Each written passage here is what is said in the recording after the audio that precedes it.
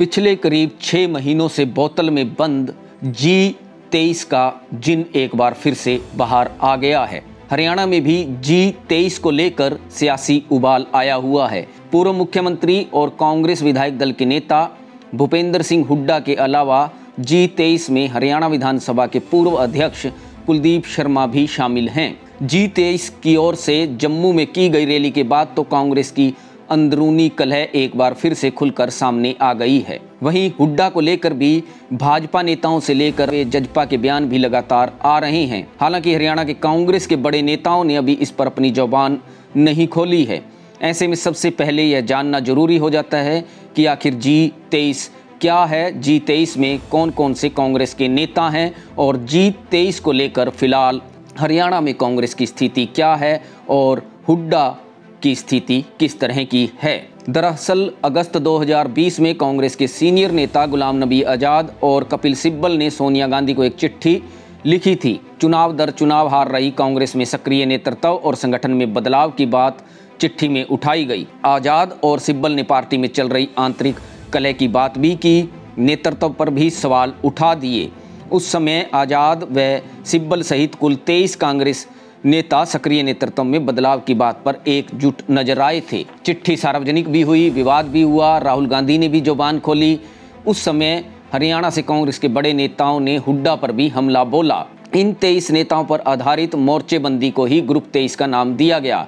यह थी ग्रुप 23 के बनने की कहानी। अब आपको बताते हैं ये 23 कांग्रेसी हैं कौन कौन। ग्रुप 23 में गुलाम नबी आज़ाद, कपिल सिब्बल, भूपेंद्र सिंह हुड्डा, शशि थरूर, मनीष तिवारी, आनंद शर्मा, पीजे कुरियन, रेणुका चौधरी, मिलिंद देवड़ा, मुकुल वासनिक, जतिन प्रसाद, राजेंद्र कौर भट्टल, एम वीरप्पा मोइली, पृथ्वीराज चौहान, अजय सिंह, राज बब्बर, अरविंदर सिंह लवली, कौल सिंह ठाकुर, अखिलेश प्रसाद सिंह, कुलदीप शर्मा, योगानंद शास्त्री, संदीप दीक्षित और विवेक तनखा शामिल हैं। यह सभी कांग्रेस के बहुत सीनियर लीडर हैं। कोई मुख्यमंत्री रहा है, कोई कांग्रेस का महासचिव रहा है, तो कोई मंत्री रहा है। अब बात करते हैं G23 का जिन एक बार फिर बोतल से कैसे बाहर आया है। दरअसल गांधी ग्लोबल फैमिली NGO के बैनर तले शनिवार को जम्मू में एक रैली का आयोजन किया गया। इस NGO के अध्यक्ष गुलाम नबी आज़ाद हैं। गुलाम नबी आज़ाद ने ग्रुप 23 के नेताओं को न्योता भेजा। आनंद शर्मा, कपिल सिब्बल, हुड्डा सहित कई बड़े चेहरों ने शिरकत की। G23 के नेताओं की यह पहली रैली रही। मंच बेशक NGO का था, पर कार्यक्रम कांग्रेस के रूठे हुए नेताओं का ही रहा। पार्टी के मौजूदा हालातों पर चर्चा करते हुए आत्मनिरीक्षण की जरूरत पर फोकस करने को लेकर मंथन हुआ।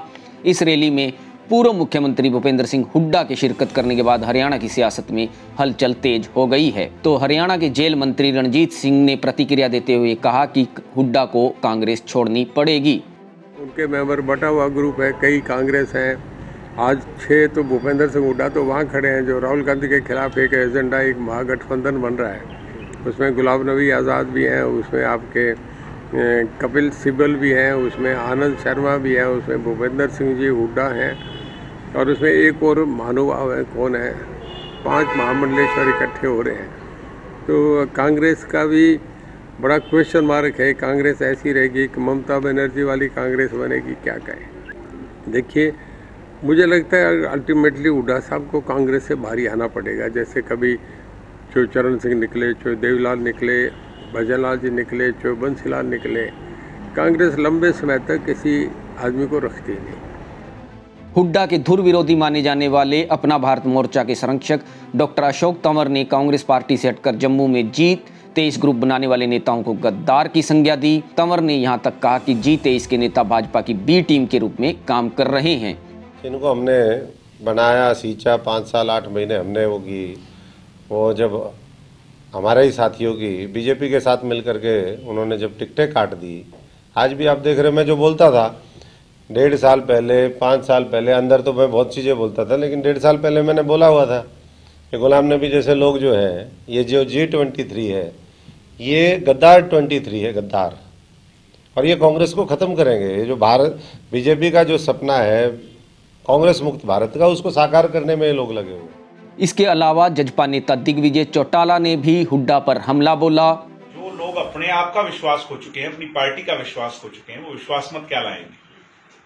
ये G23 जैसे पहले कांग्रेस का हाल था सीताराम केसरी के समय पर, और अन्य उससे पहले भी हमने सिर्फ सुना है, देखा तो नहीं। कांग्रेस की जो फ्रैक्शंस थी वो कांग्रेस को ले बैठी थी। ये कांग्रेस की फ्रैक्शन शुरू हो गई। दक्षिण में वायनाड में जाकर राहुल गांधी स्पीच दे रहे हैं और उसका जवाब उत्तर में जम्मू में खड़े रहकर के ये G23 के कांग्रेस के लोग दे रहे हैं। ये दिखाता है कि आज कांग्रेस कितनी यूनाइटेड है। हुड्डा 2 बार हरियाणा के मुख्यमंत्री रह चुके हैं, 3 बार रोहतक से लोकसभा के सदस्य रह चुके हैं, 5 बार वे किलोई से विधायक रह चुके हैं। वे कांग्रेस के प्रदेशाध्यक्ष रहे हैं, तो वर्तमान में कांग्रेस विधायक दल के नेता हैं। हुड्डा के बेटे दीपेंद्र हुड्डा कांग्रेस से राज्यसभा के सदस्य हैं।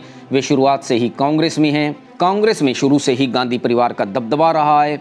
1-2 बार ऐसे मौके आए जब कांग्रेस के बड़े नेताओं ने कुछ विरोध किया, लेकिन अंततः गांधी परिवार का दबदबा कांग्रेस में बना रहा है। हुड्डा गुलाम नबी आजाद के काफी अच्छे मित्र भी माने जाते हैं।